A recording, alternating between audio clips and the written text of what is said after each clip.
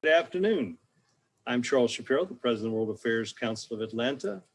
Our guest today is Georgia Secretary of State Brad Raffensperger. This program is brought to you by the members of the World Affairs Council. I want to give a particular welcome to three of our board members, Joe Bankoff, Frank Blunt, and Alison Padilla-Goodman, and to the Consul Generals of France, Vincent Omerio, and the United Kingdom, Andrew Staunton. After Secretary Raffensperger spoke to us last July, I told a friend I was impressed with what a straight shooter he was. He impressed me as an engineer who left no doubt that he would do everything he could to ensure that as many people as possible could vote and that the ballots would be tallied accurately. And that is exactly what he did. I doubt he had any idea what he was in for with the November general election and the January 5th runoff, and that he would become a household name across the nation. Welcome, Secretary Raffensperger. It's a pleasure to have you back again. Thank you. You've been attacked, I guess you're in the enviable position of being attacked by both the right and the left. What's been, that must be very frustrating. What's been the impact on you and on your staff and on your family? Well, our office is making sure we stood for the rule of law, and we wanted to look at the election process and just look at right down the line. This is what the numbers are. And obviously in 2018, the whole mantra was voter suppression. In 2020, it was voter fraud. It's two sides of the same coin. But at the end of the day, it's very important that people understand that elections, do matter. And you have to make sure that they're run fairly and accurately with the appropriate security, with accessibility. Are you losing staff now? I mean, I imagine somebody who went to work for either at the county level or at the state level didn't expect to be attacked personally in this way. We haven't lost any staff. I know that some of the counties have lost staff. In effect, they feel like they didn't, sign up for that. And then many of the county election directors are frustrated because they feel that they ran a very solid election. It was very secure, and they're very proud of their efforts. When we spoke last July, we talked about there was a handful of counties, I think 5 or 6, that had had problems with the primary elections, long lines, delays, opening up. Were those problems resolved in the November general election? Those problems were resolved. In fact, in the afternoon of election day, we had an average of a 2-minute wait time. So those long lines that we had seen back in the June primary, we figured out how to defeat that. We gave the counties really good metrics that they could look at. How many machines did they have? How many voters did they have registered there, and what their throughput per hour would be. And then they could make decisions to either, cut those precincts in half or add additional equipment. They did a great job with it. 2-minute wait time in the afternoon of Tuesday.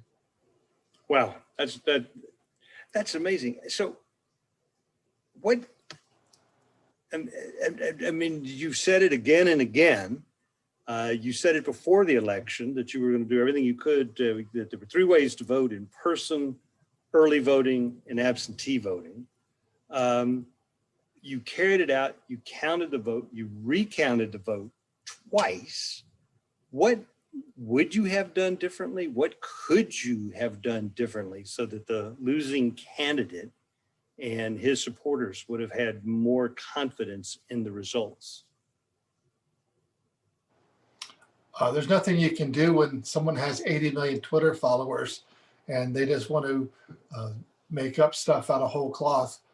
What you've seen really both in the lawsuit of Sidney Powell, where Dominion Voting Systems has sued her for defamation.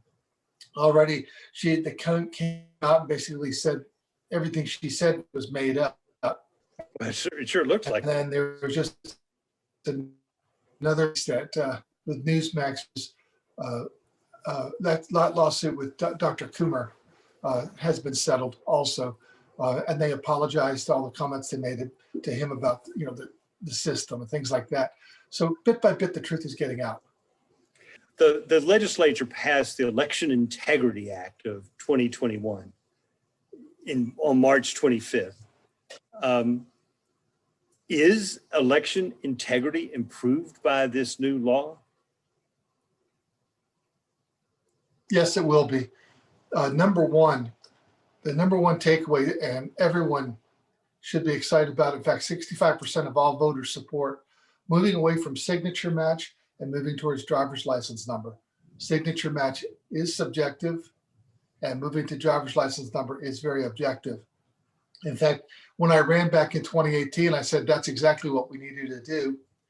We've been sued by both the Democrat Party and the Republican Party over signature match. They said it was a subjective measure. So we've taken that off the table and now something that's very objective. So that's a good thing. We So also then, because the counties did make great. I'm going to interrupt you here. Is it just the number? So, I mean, I had read that you had to take a photocopy of your No, of your driver's license. no. If you have, you put in your driver's license number, and by doing that, as long as you have a driver's license number, that's it, because that then identifies you, plus your birthday, day, month, year. But if you don't have that, but 98% of every voter has a driver's license number, you can then use your social security number, the last 4 digits. And that gets us up to about 99.8% of all registered voters. For the remainder, they can go ahead and they could copy a driver's license, but obviously they don't have one. And so what we really offer them is a free government issued ID. And that, where do you get that ID? At the Driver's License Bureau? There'll be many sources, just like we do for voter ID, because right now we've had photo ID when you vote in person. And if you don't have a government ID, then the government provides that. State of Georgia will provide that free of charge. And I'm sorry, I interrupted you when you were talking about the other improvements in the law. I take it that's the major improvement from your perspective. What are the other improvements to improve? We put in the law for the very first time that lines have to be shorter than 1 hour. So that's a good thing. People hate long lines. We had great success in November. We want to make sure that continues, so we put that into state law. So that's a good thing. Then that federal runoff took us 8 weeks. It's now going to be shortened down to 4 weeks because we went to ranked choice voting for the overseas military ballots. So that's another further improvement, and actually an innovation, first time ever been done in the state of Georgia. And then probably finally, we've expanded early voting from 16 days minimum to 17 days. Plus we've given every county the option that they can have Sunday voting. So we've actually expanded early voting, and that's a good thing. And when it's a 17-day minimum, that's a minimum, but a county could have a longer amount of early voting if they desire. No, because that basically takes care of, that's 3 weeks, 15 plus both Saturdays. There's no other, the only other ones that they could open up would be on Sunday. So that would be the 19 days.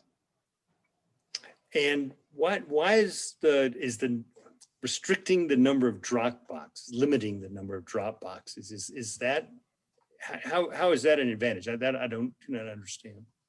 Well, from a legal standpoint, when the General Assembly first met in January, the number of lawful drop boxes in the state of Georgia was 0. Mm-hmm. In other words, we had passed an emergency measure. And as soon as we finished the senator runoff, then they went away.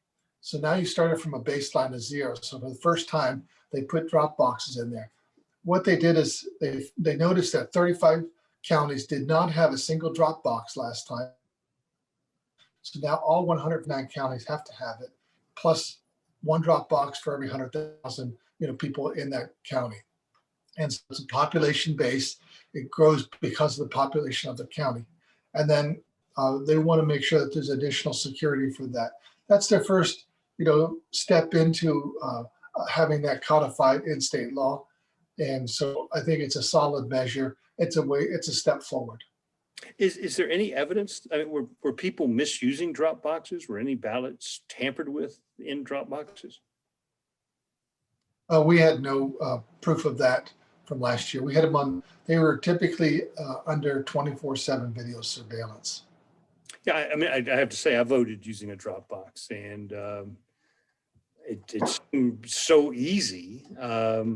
It's such an easy thing to do. And I'm still kind of scratching my head why you would want to restrict that, even on the basis of population. One of the concerns that people expressed is that the new law allows the state election board to intervene if county officials aren't doing their jobs properly. Can you explain that? Is this intervening on election day, or in the middle of an election, or during the vote count? No, they have no authority to overturn election results. It's really, if you see a county that has consistently failed over a period of time, to have the measure to be able to come in and replace the county election director and in effect get that turned around and then give it back to the local officials so that they can run their elections moving forward. So this will get all the voting done by, so people, they just have to keep. Well, that was also, yeah, that was also in the bill, that once you start counting, you keep on counting, so that you actually will not have any gaps and you'll get your results quicker. Part of that is also the bill put in place that you can begin the processing of absentee ballots sooner, so that before the election day, so that those are processed and not tabulated, but it really saves you an awful lot of time. You've verified that it is the voter. You've got it all separated out in the stacks. So you just have to run it through the scanners and get it ready for tabulation. The other thing they did is they removed you from this being a member of the state election board. It sure strikes me that the Secretary of State, the guy that runs the election, knows more about electoral processes than anybody else in the state. What's the rationale for that? I think the rationale was some retribution for whatever reason. It's actually that's the downfall of that section. The reason is that I'm elected, whereas now you can have someone that holds unelected person holding that immense power to do in effect fire a county election director. If that's going to be done, that Florida gave that power to the governor. That's how they recognized it really needed to go up to the top level. But I believe it should have stayed with the Secretary of State.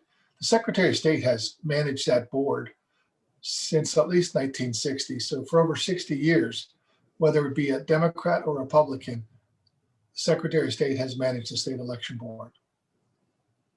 I mean, so you'll be in the room, you'll be advising them, you'll be handing them documents. I mean, you are the Secretary of State, or you would be excluded from the meetings of the state election board. Right. There's no voting power, so it's makes no sense to even attend. Let them do what they're going to do. So what I hear you saying is that the criticisms of this electoral law, except for the last one, are unfounded. Is that correct? Yeah, by and large, if I look at everything that they're saying, it's just solid reforms. If you look at out of precinct voting, we've incorporated that. That's what's actually happens right now in over 25 states. One of those is Florida. And what it really does is it makes sure that everyone's vote will count. So a whole bunch of people said that this new law is Jim Crow 2.0. What is your response to that? I think that is really a dangerous term to use. It's really attempting to destroy people's confidence in elections. And this bill is balanced. If you look at how we compare, for example, using driver's license number for absentee voting, that's what they're using in Minnesota, which has a Democrat Secretary of State. And so it's a nonpartisan, bipartisan way of doing it because it's very objective. So people are just throwing out these terms, But I think many cases what they're using us as a cudgel so that they can really force or pass HR1, which is a federal takeover of elections. Should there be national rules on elections and more uniformity state to state? The challenge we have right now is the biggest impediment that we have to running good elections and making sure we have clean, up-to-date voter rolls are federal rules that are out of date. The feds haven't done anything, and I would really encourage them, instead of just doing something on a partisan nature, they would do better and America would be better served if they do something in a bipartisan nature. Elections are too important. And when you have a 50-50 nation, and all of a sudden your party's at 50-1, and then you're just going to shove down whatever you want, that's not going to play well, and it really destabilizes society. Where do good ideas for, I mean, the process for voting has changed so much over the past 60 years to nationwide, as we've gone to first to machines, then to electronic voting, now to back to voting with machines that emit a paper and the paper ballot being counted. Where do the good ideas come from? Or is there a university or a think tank? Is it the National Association of Secretaries of State? I mean, where are there the models that ought to be copied by states who are trying to improve the integrity of their electoral process? Well, the National Association of Secretaries of State really comes together, and the states do share, this is what's going on. So we know what's best practice. And, our state and other states are continuing to tweak their election laws to really reflect the needs of our growing base. Obviously on the West Coast, they do vote by mail. That's not something that historically would even consider in Georgia. People historically in Georgia like to show up in person. And that is primarily in the African-American, Democrats, that comes out of their heritage of standing there to vote because, they were disenfranchised for so long. And so to actually show up in person gives them that confidence. And so we have, things that are just a little bit different in Georgia. And obviously every state is different. That's why the Constitution originally delegated that down to the legislatures of the various states to actually come up with the laws that worked for them, their states. Here in Georgia, we have our state law, but then the counties run the elections. Yeah, and it sure seems to me like the Secretary of State gets the blame for if the counties don't do a good job, that you get the blame for their inability to carry out the elections properly. I guess that I can't argue with that. Okay. What is going on? It would appear, I mean, if you open the newspaper, that Republican majority state legislatures are trying to make it harder to vote, not in Georgia, but in Florida, in Texas, in Arizona. Is this a nationwide trend? What's going on? What's your analysis of this effort? I think that at the end of the day, if you look, when we came into power 2 years ago, we had House Bill 316. Last year, we had another bill, but it never moved forward, primarily, I guess, because of COVID. But, we do reform every couple of years just because things change. You need to update rules. We're going to get more information.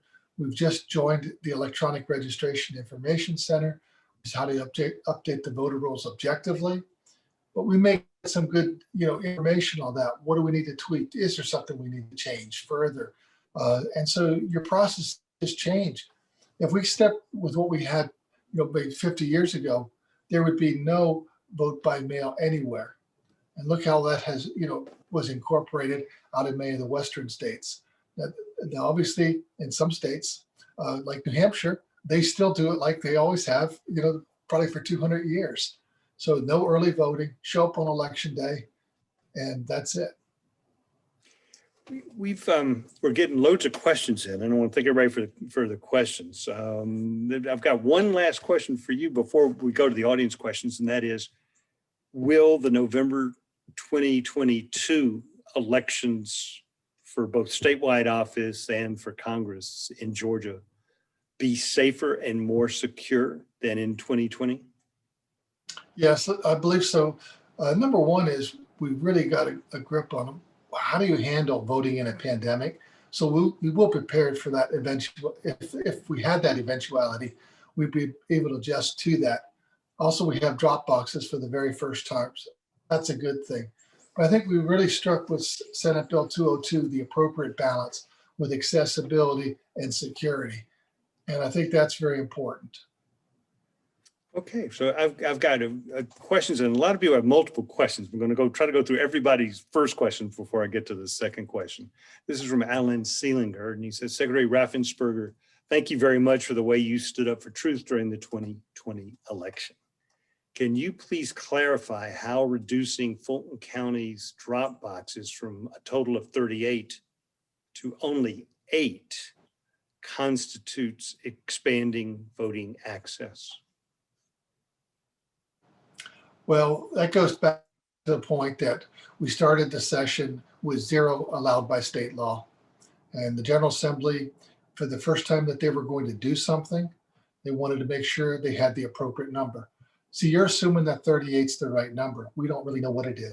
I think what the General Assembly's saying is let's do it the first time based on population. We have the municipal elections that are happening this year.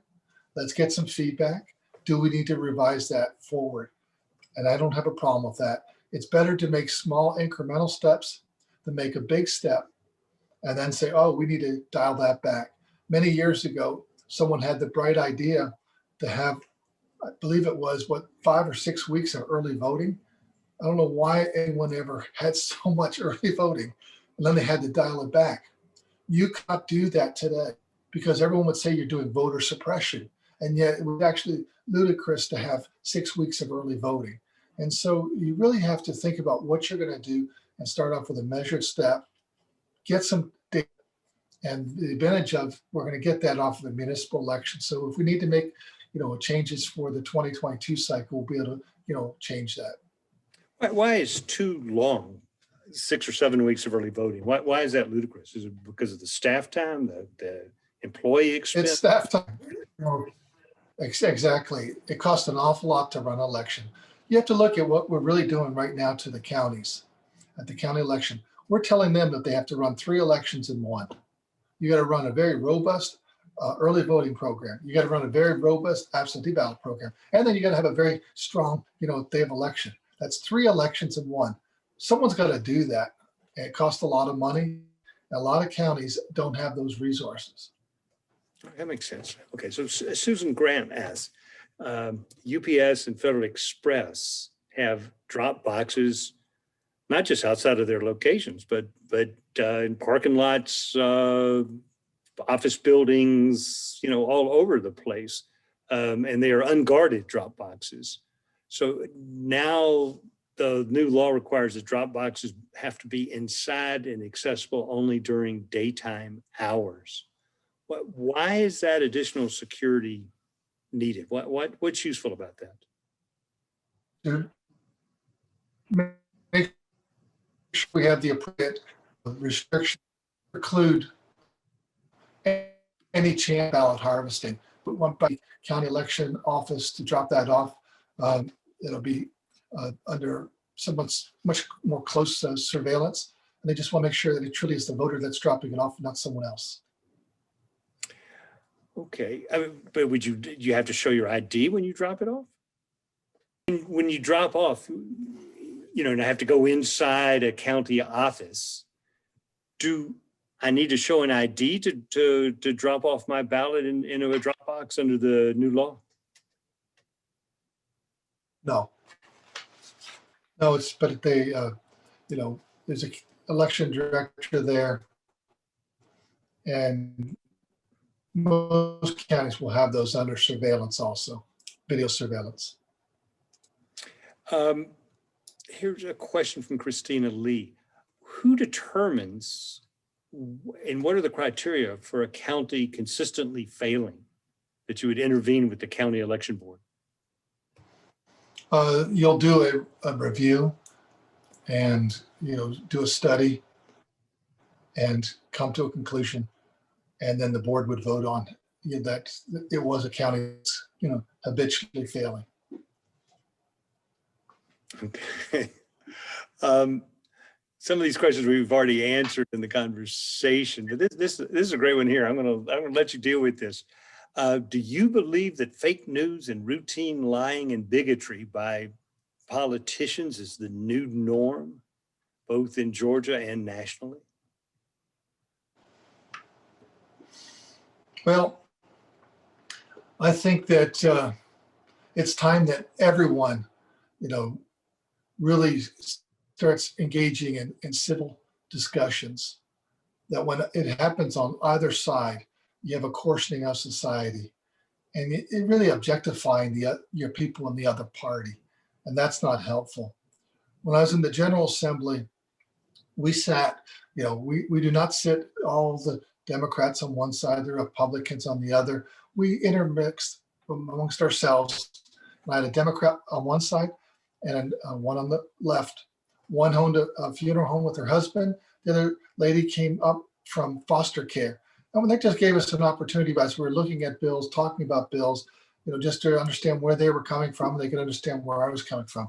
It didn't maybe change our votes, but it did increase our understanding. And I think we need to have more of that understanding that we are all Americans. Here's the Consul General of the United Kingdom in the Southeast asks this. As someone who has unexpectedly been in the eye of the storm, what are your personal learnings? What have you learned from the past 6 months? And do you have somebody, a mentor that you turn to for advice? I think I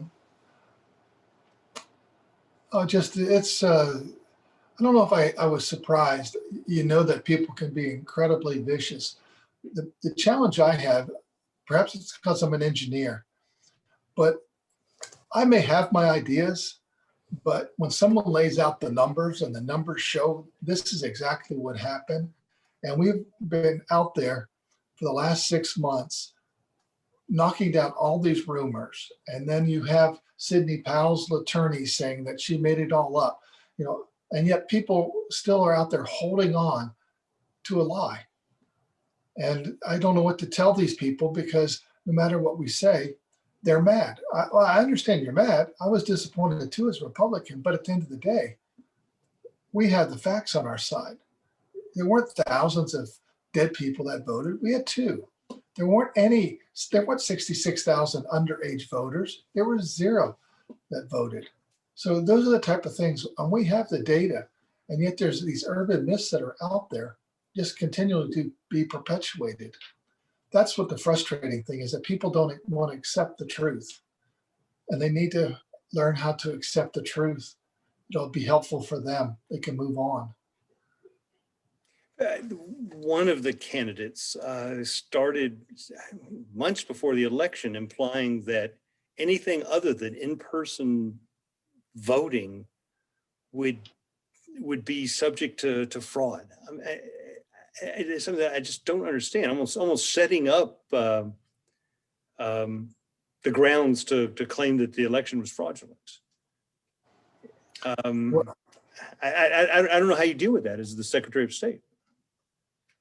There's not much you can do about it.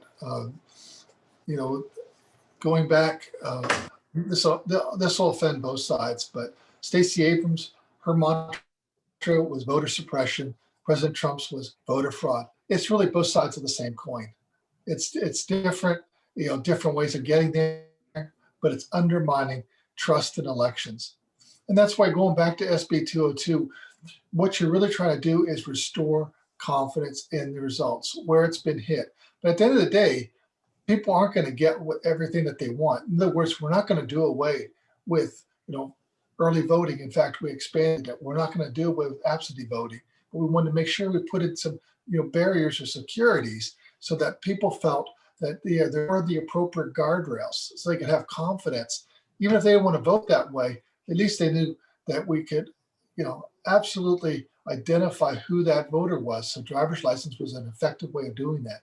So that's what we're trying to do, is make sure that we can shore that up. The verifiable paper ballot, that was really put in after, obviously all the lawsuits we had, but Stephen was talking about voter suppression and the unreliability of the old DRE machines. We took that off the table, got new machines. So that's what we're trying to do, is really restore confidence on both sides. And then these candidates, when they lose, they just need to admit that they've lost and then move off and then figure out what they're going to do if they want to come back 4 years later. Shirley Smith asks, how will it work where you say that there can be not, the law says that no line should be over an hour. What happens? I mean, do a truck pulls up with extra voting machines, or, and how do you That'll be with that? Yeah, you'll finish up that election, but really for the next cycle, if there's a long line, then it's really a way of having a measure. Okay, you can't do what you did last cycle. You got to go ahead and bust that precinct in half or add additional equipment. But it gives our office the accountability measure to go in and tell the counties they got to add additional precincts or additional equipment. Marcia Borowski asks the following: why is it better to require that once the counting of ballots starts, they can't stop until it's done? Presumably the people working for the county elections boards have been working since 6 a.m. that morning. Won't tired staff lead to more errors? Well, I don't think staff will be there. I'm sure that there'll be probably like a few people that stay there, like a second shift that comes in. But the challenge that many people had and frustration that people had is they're waiting for days to get those results. So you can now pre-scan your absentee ballots. You should be able to tabulate it very quickly and get those results up and running. But that's what takes the longest time. But if you're not done, then you just stay until it is done. Now, obviously, it'll probably be a skeleton crew that's there in the graveyard shift, but that way, at least they are working on it, and it's really an accountability measure to get it done. It does place a burden on the counties. I won't, argue that point, but it's really so we can get the results quicker out to the voters. This is from Savannah Boylan, who asks, you mentioned that SB 202 expands early voting by requiring weekend voting. Many news outlets reporting that this provision only expands voting in rural counties where there are Republican strongholds, because major metropolitan counties already have weekend voting. Is that true? Well, what it was really to do is before we had 16 minimum days, now it's 17. So we've added the second Saturday for all 159 counties. That's really to be uniform. One of the things that the General Assembly, told us repeatedly is they wanted more uniformity in the code. They wanted every, county to be treated the same, but yet recognizing that some counties had more. That's why they kept the Sunday voting, because they figured that the urban counties would want to do Sunday voting or could want to, keep Sunday voting, but yet a rural county may not want to do that. But it was really to have as much uniformity as possible. John Spillman asked, the Atlanta Journal-Constitution reports that the Fulton County DA's office is frustrated with your office's cooperation with the grand jury investigating criminal election interference. Is your office cooperating with the grand jury? Oh, absolutely. We'll cooperate. We have, our lawyers will talk to their lawyers, and I'm sure we'll be going to visit them at some point and, giving them, our side. But the tape of, the conversation with President Trump and myself is out there. I don't see what else would be added, by having me come in to visit. But if they want to turn this into a political sideshow, then that's up to them. So I'm going to end with this, and this is from Richard Lawrence, and he asks, thank you for your sober analysis and your presentations, not just today, but since last November. The temperature is so high in this conversation nationally that it's difficult to know whose analysis is actually accurate. And I noticed that the Washington Post is busy giving Pinocchios to everybody trying to explain what this law means. So what is the single takeaway you would like the audience today to leave when they sitting with their family having dinner tonight? What's the one point you want them to have in mind to discuss with their family? I think everyone needs to understand, and I believe everyone does, that integrity matters for everyone in elected office. It's very important because in the political realm, what really matters is trust. And trust is really built when you have people have integrity. As it relates to SB 202, what people need to understand is I will continue to fight for the appropriate boundaries of accessibility with security. But the thing that holds that all together in the middle is integrity. And integrity is key because that's why we have in county. I know that some may lean left, some may lean right, some right down the middle, but they're all focused on doing their job right. And that should give all of you great hope that there is that personal integrity at the county election. I believe that I've shown that because I had to stand up and be counted, I think people know that they can trust me, that I'll do the right thing. Good. A number of people in their questions said they want to vote for you. Are you running for re-election?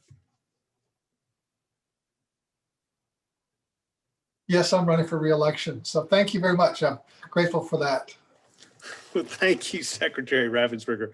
I appreciate it. This has been despite the technical issues, this has been a really interesting exchange full of useful information. Hang on for just a minute. I got to do a little advertising here for myself. I've got 3 requests for audience members. Number 1, join the World Affairs Council if you're not a member, either as an individual or better yet, get your company to join as a corporate member. Secondly, please subscribe to our YouTube channel. There's no charge. You'll get notified when we post the videos on YouTube. And thirdly, please invite your friends to join our programs. We got a whole bunch of stuff coming up over the next month. I just want to touch the highlights. Tomorrow, we've got a program with Beat Bettis, the Senior Vice President and Global Chief of Communication, Sustainability, and Strategic Partnerships at the Coca-Cola Company. And it's a program on Coca-Cola investing in female entrepreneurs. That's tomorrow at noon. For if you're under 35, we've got a program on May 13th, Networking Made Easy with Jim Reed, the CEO of YKK America. We've got the Brazilian ambassador to the US and the US ambassador to Brazil on May 18th, the German ambassador on May 26th. And we are having our annual Atlanta Summit on Global Health. It'll be June 1, 2, and 3, noon to 1:30 each day. The topic is the race to beat COVID-19. I want to thank Valerie Lopez DeFrank, our producer, Laura Brower, assistant producer, and Henna Rennie, our interim program director. Secretary Raffensperger, I want to thank you again. This has been a really terrific 45 minutes. In July, I said, would you come back in a few months? And I guess you didn't know those, you were going to go, those will be very interesting few months. I'm going to make the same request again. If you will come back in 6 or 8 months and we can pursue this even further. I'll be back. Thank you. Great. Thank you so much. Thank you all for joining us, and everybody have a good afternoon. Bye-bye.